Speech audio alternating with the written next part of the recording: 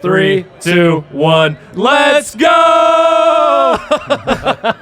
He gave us the eyebrow raise. He gave us like these crazy dudes across the table from me. Skippo, we are live from Icon Live At SEG. 2019.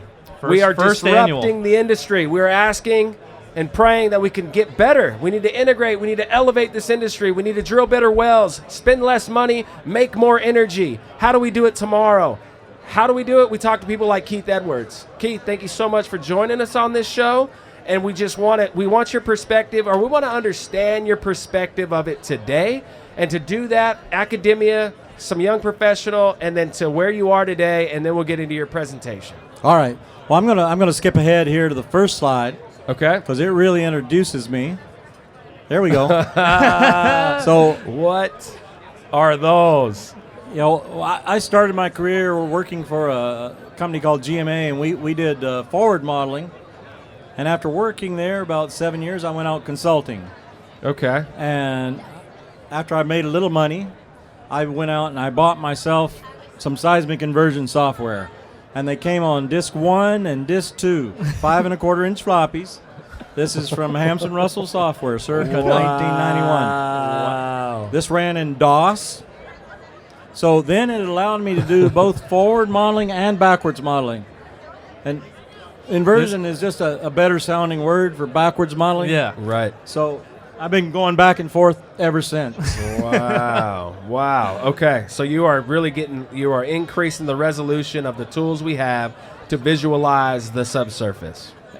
And really the main point I need to make here is that I'm an old pack rat geophysicist. Because I still have these discs. And actually, I forgot to bring one today. I'm going to take it over to CGG booth, see if I can get some trade-in value. What? Do you have the equipment that can still read it? I did until about a year ago. That's impressive. I had to take it out of storage in Calgary, and I left it at my friend's place for safekeeping. He threw it in the garbage. Oh, man, okay. That's great. So we're going to skip over the boring stuff.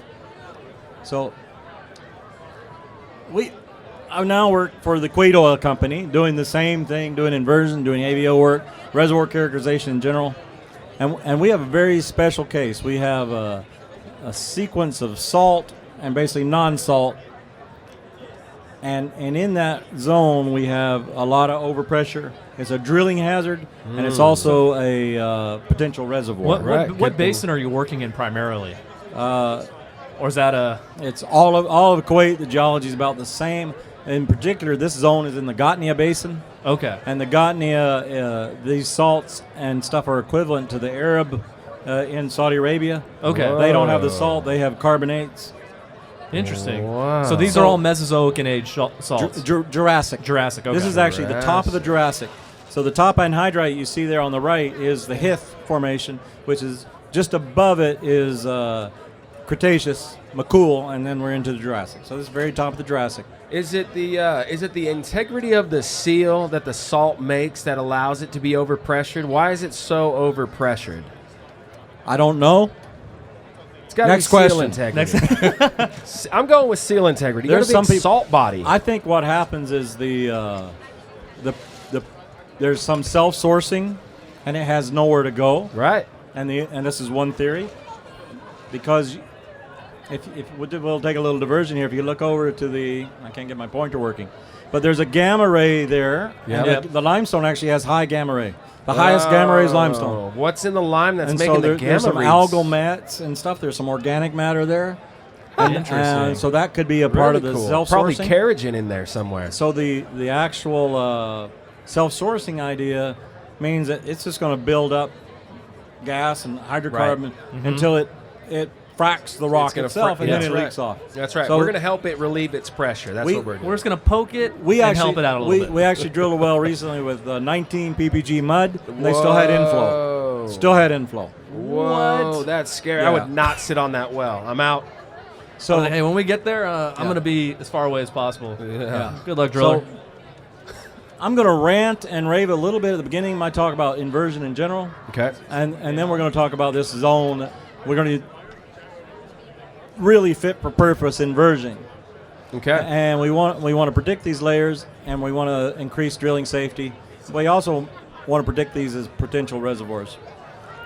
Very special case, because the seismic I'm going to invert is a corridor stack from a VSP.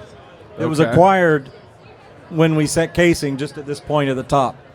Okay. So you're almost inverting a synthetic seismogram here. We have very high quality data. Wow. If anyone's looked at corridor stacks, they tend to match synthetic seismograms very well. I was going to say, I've never heard of a corridor stack before. So we'll get into that a little bit.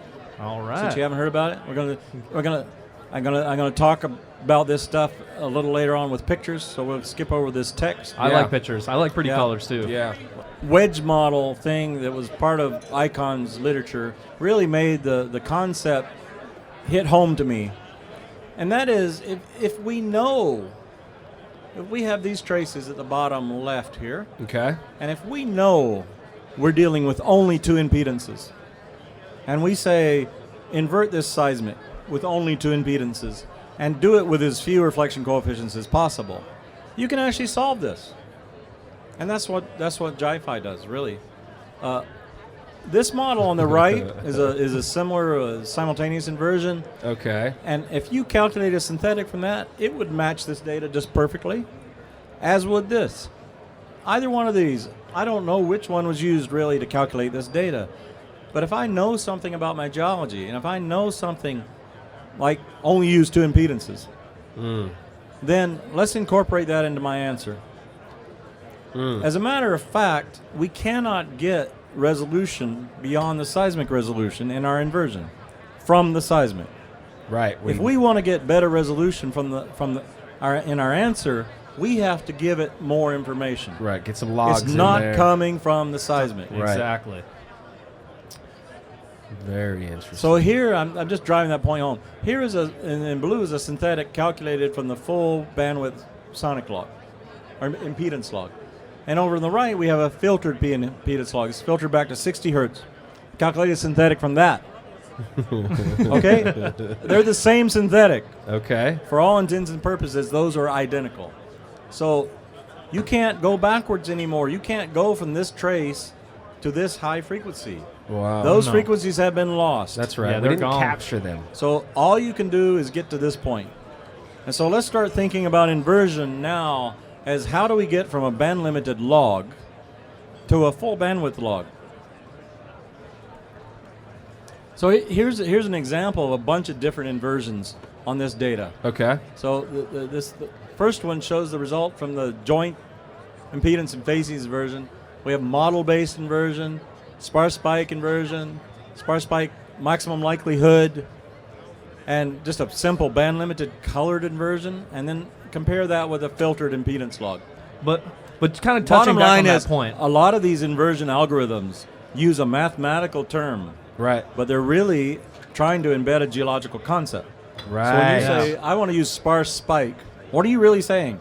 You're saying, I expect to have beds of continuous properties with sudden abrupt boundaries. Right. Exactly. If you say, I want to use maximum likelihood or linear programming, that really doesn't relate to geology at all.